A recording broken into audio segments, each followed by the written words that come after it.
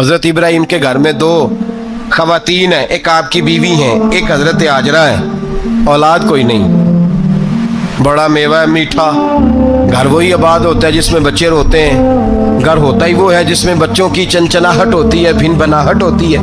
हज़रत इब्राहीम ने एक बच्चा रोते हुए देखा तो आंखों में आंसू आए, कहने लगे रब्बी हबली मिनस सालिहीन, या अल्लाह मुझे भी नेक औलाद अता कर। हज़रत सारा ने सुन लिया, कहने लगी इब्राहीम शायद मेरे बतन से तो आपको नसीब नहीं, हाजरा से निकाह कर लो। नाबे हाजरा से निकाह हुआ। अल्लाह तो बड़ा बेनियाज है। रब करीम ने हज़रत इस्माइल जैसा खूबसूरत बेटा अता फरमाया। बेटा काला स्याह भी हो तो सीने की ठंडक होता है, पर ये तो वो बेटा है जिसकी पेशानी में नूरे मुहम्मदी चमकता है सल्लल्लाहु अलैहि वसल्लम। हज़रत सैयदना इस्माइल इतने खूबसूरत। अब जिस बीवी के यहाँ बेटा था, बैठना उठना भी ज़्यादा उसके पास, आना जाना भी उसके पास, तवज्जो उधर हो गई। जनाब सारा रश्क करने लगी। एक दिन कहने लगी इसे छोड़ आ जंगल में, वादी गैर ज़ीज़र इन मक्के के पास। भाई एक बेटा आलमे दीन बना लो। कहने लगा रोटी कहाँ से खाएगा? तेरे 5 बेटे हैं, को हाफिज़ कुरान बना, कहते रोटी कहाँ से खाएगा? वो बच्चा भी कहता है मैं कहाँ से खाऊंगा। हज़रत इब्राहीम अलैहिस्सलाम तो चंद महीने का बच्चा छोड़ आए, तो कहाँ से रोटी खाई हज़रत इस्माइल ने? कहाँ से खाई उनकी अम्मा ने रोटी? भूखे मर जाते हैं ये सारे। मैं बड़ी जिम्मेदारी से कहा करता हूँ कि जितनी खूबसूरत रोटी अल्लाह करीम दीन के खादिमों को अता करता है शायद किसी और के नसीब होती हो, लेकिन हम लोग तवज्जो ही नहीं कर रहे। हमारा ज़ौक़ ही नहीं बन रहा, हम ये मेहनत ही नहीं कर रहे कि कौम को मुस्तनद उलमा की ज़रूरत है। इलाकों के इलाके खाली हैं, इधर हमारा मिजाज ही नहीं बन रहा, तवज्जो ही नहीं दीन की खातर। और फिर चले बच्चे तो बात की बात है ना, जो अभी खुद जवान है वो भी तो ये दुआ। एक साहब मुझे कहने लगे मैं दुआ मांग रहा हूँ अल्लाह मुझे बेटा दे तो मैं उसे दीन पे लगाऊंगा। तो मैंने कहा आप भी बूढ़े नहीं हुए, आप खुद ही लग जाएं। बेटा तो अभी आएगा तो लगेगा ना, तो आप तो इस वक्त है तो आप तो पहले लगे ना साहब। 2 घंटे तो निकाल के आए, दीन सीखने को काफ़ी है। आप इतनी लंबी सोच रहे हैं कि बच्चा आएगा तो बड़ा होगा तो वो जाएगा तो देखी जाएगी। अभी तो आप हैं तो आप तो आओ। हज़रत इब्राहीम ने बच्चा वहाँ छोड़ा। यहाँ से जो उम्रा करने लोग जाते हैं ना, जो हज करने जाते हैं, उनको पता है कि वहाँ दुनिया की हर नेमत मिलती है, फिर भी डबल ट्रिपल पैसे लोग जेबों में डाल के जाते हैं। हज़रत इब्राहीम जब वहाँ लेके गए तो कोई इंसान नहीं था, पानी का कतरा नहीं था, 2 किलो खजूरें, एक मशकीज़ा। बीवी को थमाया। हमारे घर में हज़ारों चीज़ें पड़ी हैं, लेकिन वो जो तवक्कुल है ना वो ख़त्म हो गया है। अल्लाह देगा, हलाल हलाल पे कनात करे, जायज़ जायज़ पे भरोसा करे, रब करीम अता करने वाला है, वो मिजाज ख़त्म हो गया। हज़रत सैयदना इब्राहीम अलैहिस्सलाम 2 किलो खजूरें, एक मिशकीज़ा पानी का दे करके, और वहाँ बिठाया आपने अपने बच्चे को और अपनी ज़ौजा जनाब हाजरा को, और बिठा करके ये वापस पलटने लगे तो हज़रत हाजरा सलामुल्लाह अलैहा ने आवाज़ दी, कहा इब्राहीम किसके सहारे पे छोड़ के जा रहे हैं? जहाँ अब जमजम का कुआं है ना, जो लोग गए हैं इन्होंने सफ़ा मरवा की सही की है, सफ़ा मरवा से बाहर निकले ना, सरकार की विलादत का मकाम है, उस जगह पे अब जमजम का कुआं था। वहाँ हज़रत सैयदना हाजरा को बिठाया, कोई चीज़ नहीं, कोई दरख्त नहीं, कोई खेत नहीं, कोई पानी नहीं, कोई कुआं नहीं, वहाँ बिठाया और बिठा करके निकलने लगे तो जनाब हाजरा फरमाने लगी इब्राहीम किसके सहारे पे छोड़ के जा रहे हो? कहने लगे अल्लाह के सहारे पे। तो पाकबाज बीबी ने एक लफ्ज़ पूछा, कहा इब्राहीम ये मेरे रब का हुक्म है? ये मेरे बस जिनका अकीदा तौहीद मजबूत हो उनके लिए एक जुमला काफ़ी होता है, ये मेरे अल्लाह का हुक्म है। तो जनाब इब्राहीम अलैहिस्सलाम फरमाने लगे हाजरा हाँ रब का हुक्म है। जब ये लफ्ज़ कहे तो चाहिए था ना हज़रत इब्राहीम तसल्ली देते, तो बीबी साहबा तसल्ली देने लगी, अर्ज़ करने लगी इब्राहीम अगर अल्लाह का हुक्म है तो फिर आप हमारी फ़िक्र ना करना। अगर ये रब का हुक्म है तो फिर हमारी फ़िक्र ना करना। जिस रब ने हमें यहाँ तक पहुँचाया है वो हमें कभी भी ज़ाया नहीं फरमाएगा, फिर फ़िक्र ना करना। हज़रत इब्राहीम आ गए, बात आपने सुनी हुई है, इशारा करना मकसूद है। 13 साल में चले मान भी लिया जाए बाज़ रिवायात की रोशनी में कि आते जाते भी रहे, लेकिन मुकम्मल देखभाल अपने बच्चे की परवरिश में पूरा हजरत इब्राहीम अलैहिस्सलाम का किरदार, सारा किरदार माँ का था। मैं जब ख़वातीन के बारे में को बात करता हूँ तो मैं आपको अक्सर कहता हूँ कि ये सिर्फ बीवी के लिए हुक्म नहीं होता, ये ट्रेनिंग बेटी को देनी है और बहन को देनी है। ये तरबियत करें अपने घर में। मैं तजर्बे की रोशनी में ये बात अर्ज किया करता हूँ कि भाई बच्चे बाप के फर्मा बरदार उस वक्त होते हैं जब अम्मा उन्हें बाप का फर्मा बरदार करती है, और बच्चे बाप के नाफरमान भी तब होते हैं जब अम्मा उन्हें बाप का। मैंने अपने कानों से सुना एक दफा, एक बच्चा अपने बाप से कह रहा है आपने तो सारी जिंदगी बाहर गुजार दी, पैसे कमाना कौन सा मुश्किल काम है, दुख सुख तो सारे अम्मा ने बर्दाश्त किए, स्कूलों में वो जाती थी, फलाना काम वो करती थी, फलाना काम। अब ये सोच उसकी जाती तो नहीं, ये उसको दी गई है।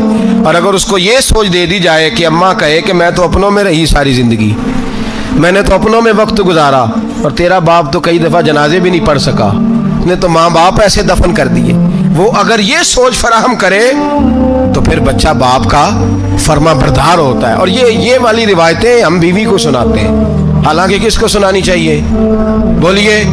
बहन और बेटी को। बहन और बेटी को सुनाएं ये बातें, उनको समझाएं, ताकि आगे जाके वो जो घर तरतीब दे वो घर बड़ा उम्दा और निखरा हुआ हो। हजरत सैयदना इब्राहीम 13 साल के बाद आए, चूंकि घर में अल्लाह तबारक व तआला की दोस्ती का चर्चा था, अल्लाह तबारक व तआला की महबूबियत का गलबा था। 13 साल के बाद फलम्मा बालगा माहूसा, या बेटा जब इतना बड़ा हुआ कि साथ चलने लगा, तो हजरत इब्राहीम ने अपने बेटे को बुला के कहा बेटा मुझे ख्वाब आई है, मैं तुझे ज़िबा कर रहा हूँ, तेरी क्या रजा है? तो हजरत इस्माइल कहने लगे या अबती फ़अल मा तुअमर, अब्बा जी अल्लाह जैसे हुक्म देता है मेरे साथ वैसे ही करें, जैसे अल्लाह हुक्म देता है वैसे ही बोलिए, वैसे ही करें। हजरत हाजरा को कहा कि एक दोस्त ने दावत की है तो वहां जा रहे हैं, बीबी मुतमईन है, तफसीलात की जरूरत नहीं, खत्म बात, एतबार है, मुतमईन हो गई। शैतान पीछे से आया अम्मा के पास, जरा थोड़ी देर के लिए तसव्वुर जमाइए, यहाँ तो पड़ोसन आके को बात बता देती है खावंद के बारे में तो कई महीने झगड़ा जारी रहता है, पड़ोसन मल्लेदार। शैतान ने आके बताया लफ्ज क्या है? कहा हजरा तुम्हें पता है कहाँ जा रहे हैं? कहा दोस्त की दावत में। तो कहने लगे दोस्त कौन है? रब करीम। और इब्राहीम का ख्याल है कि उस रब ने मुझे हुक्म दिया है कि मैं ज़िबा करूं। तो हजरत हाजरा कहने लगी कभी बाप भी बेटा ज़िबा करते हैं? तो शैतान कहने लगा उनका ख्याल है कि उनके रब ने हुक्म दिया है। तो जनाब हाजरा फरमाने लगी अगर रब ने हुक्म दिया तो फिर तू मुझे शैतान लगता है, तू मुझे शैतान लगता है। का क्या मतलब?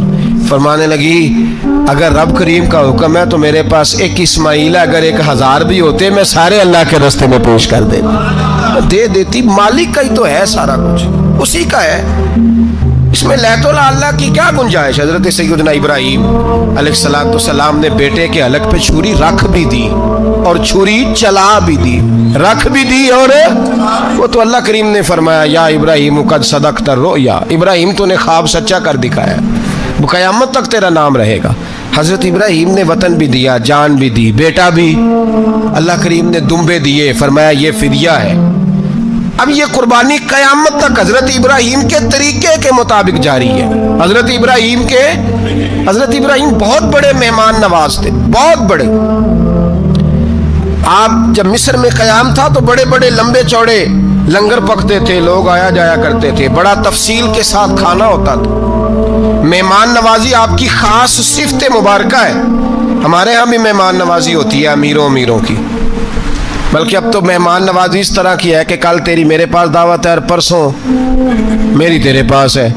वही अमीरों में वो चक्कर रहता है, पार्टियां दोस्त एक दूसरे को डालते हैं, तेरी तरफ पार्टी तेरी तरफ। और इसी अंदाज में अब ये ईद आएगी ना, टिक्का पार्टियां होंगी जगह जगह। और लोग सवाल पूछने लगे अभी से, कहते हैं कुर्बानी का कितना गोश्त घर रखना जायज़ है? कुर्बानी का कितना गोश्त घर रखना जायज़ है? सारा ही जी। हाँ, इसलिए फ्रीजर ले ले, फ्रिज से नहीं काम चलेगा, सारा ही जहाज घर रखना सारा ही जायज़ है, रख लें। और खुदा के बंदे, कुर्बानी वो बंदा देता है जो सारा साल ही गोश्त खाता है। सही कह रहा हूँ? कुर्बानी साहिब निसाब, साहिब इस्तिताअत बंदा देता है ना, तो वो सारा साल ही गोश्त تو سارا گھر میں رکھنا بھی جائز ہے، لیکن سارا دے دینا بھی، تو جو آ رہی ہے اس پہ کیوں توجہ کرتے ہو؟ جو دوسرا جائز ہے اس پہ کیوں نہیں عمل کرتے؟ سارا تقسیم کر دیں، بات ختم ہوئی۔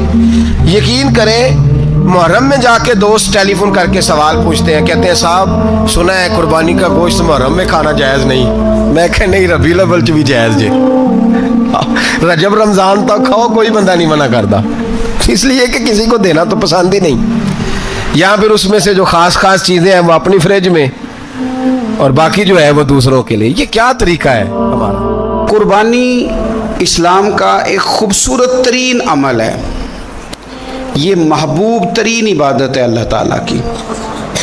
قربانی اپنی فضیلت کے لحاظ سے، عظمت کے لحاظ سے، اپنی بلندیوں کے لحاظ سے دین میں بڑا مقام رکھتی، لیکن ہر چیز کا رنگ روپ بدل دیا جاتا ہے نا، چونکہ قربانی چلی آ رہی تھی حضرت ابراہیم خلیل اللہ علیہ السلام سے، تو اہل عرب جو تھے مشرکین مکہ قربانی کا تعارف وہ بھی رکھتے تھے، پر وہ قربانی کی حقیقت کو، قربانی کی حکمت کو، قربانی کے حسن کو، قربانی سے پھوٹنے والی روشنی کو سمجھنے سے ناآشنا تھے۔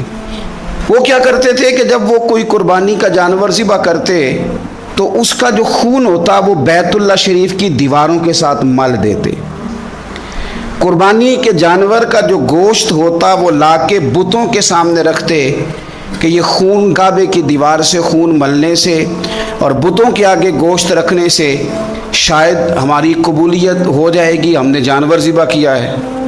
کمال ہے میرے رب کریم کی کتاب کا انداز بھی۔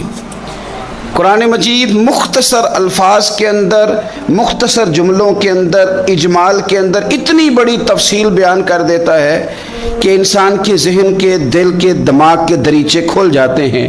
اللہ کھانے پینے سے پاک ہے، بے نیاز ہے مالک۔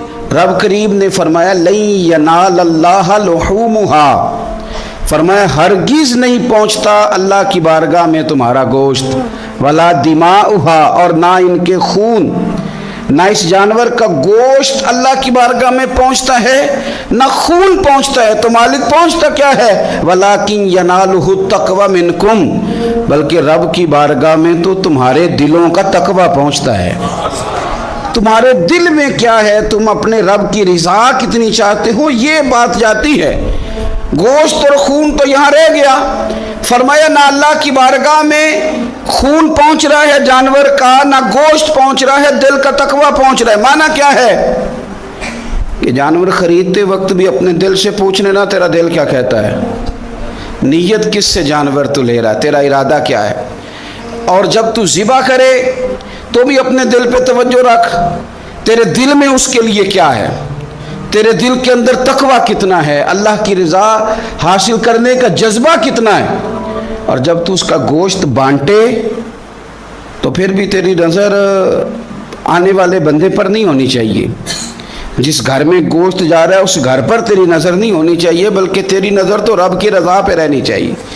اللہ کی بارگاہ میں جو چیز جائے گی وہ دل کا تقوی جائے گا، اپنے دل پر محنت کی جائے، دل کی خواہشات، دل کی نیتوں کو، ارادوں کو صحیح کیا جائے۔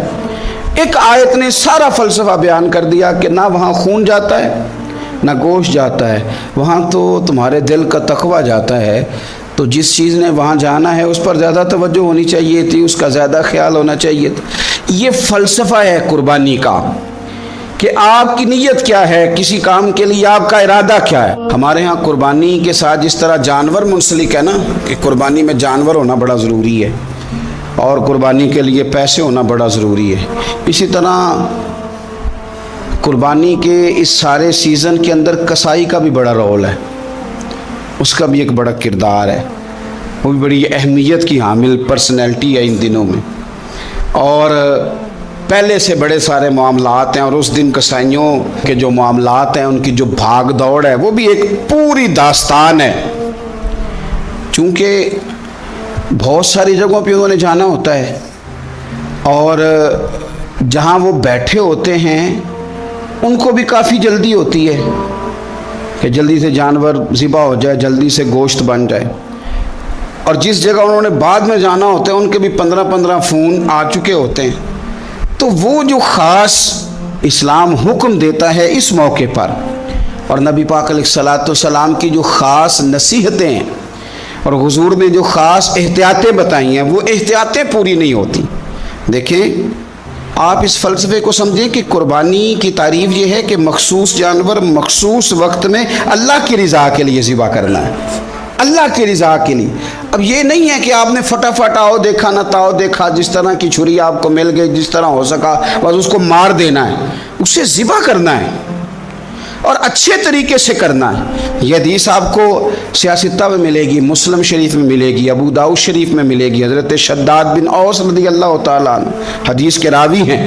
نبی پاک صلی اللہ تعالیٰ علیہ وسلم نے فرمایا احسان کرنا اللہ نے فرض کیا ہے ہر چیز پر، مالک نے ہر چیز پر احسان کرنا فرض کیا ہے. تو فرمایا جب تم ذبح کرو تو اچھے طریقے کے ساتھ ذبح کرو، چھری کو تیز کرو، اور فرمایا ذبح ہونے والے جانور کو آرام پہنچاؤ. اچھے طریقے سے ذبح کرو، چھری تیز ہو، اسے آرام ہو، اسے تکلیف نہ پہنچاؤ. اچھے طریقے سے ذبح کرو، اسے ٹھنڈا ہو لینے دو، پھر اس کی کھال اتاری جائے، تھوڑی احتیاط کی جائے، اچھے طریقے سے چیزوں کو لیا جائے. آپ دیکھیے حضور ایک بات کرتے ہیں لیکن سوچ کے دھارے بدل کے رکھ دیتے ہیں. رسول کریم صلی اللہ تعالی وسلم گزر رہے تھے تو ایک شخص نے بکری کے پہلو پر پیر رکھا ہوا تھا اور وہ چھری تیز کر رہا تھا. یعنی بکری کو اس نے گرایا ہوا ہے، لٹایا ہوا ہے اور پہلو پر پیر رکھا ہوا ہے اور ساتھ ساتھ وہ چھری تیز کر رہا ہے. تو نبی پاک صلی اللہ تعالی علیہ وسلم نے کیا خوبصورت بات ارشاد فرمائی. حضور علیہ السلام فرمانے لگے تم اسے 2 موتیں دینا چاہتے ہو، دوہری تکلیف میں گویا تم مبتلا کرنا چاہتے ہو، اس کے سامنے ہی تم چھریاں تیز کر رہے. حضور فرمانے لگے 2 موتیں دینا چاہتے ہو، چاہیے تھا کہ پہلے سے یہ سارے اوزار تمہارے تیار ہوتے تو اس دن کسی ایمرجنسی کا شکار نہ ہو. 3 دن شریعت نے اسی لیے تو رکھے تھے، اسی لیے تو وقت رکھا تھا. آپ اس طرح کا کوئی ماحول نہ بنائیں جس سے جانور کو بھی تکلیف ہو، اذیت ہو. میں نے کہا کہ میرے کریم فرماتے ہیں رب نے ہر چیز پر احسان کرنا فرض کیا ہے. اچھے طریقے سے ذبح کریں، چھری کو تیز کریں، جانور کو آرام پہنچائیں.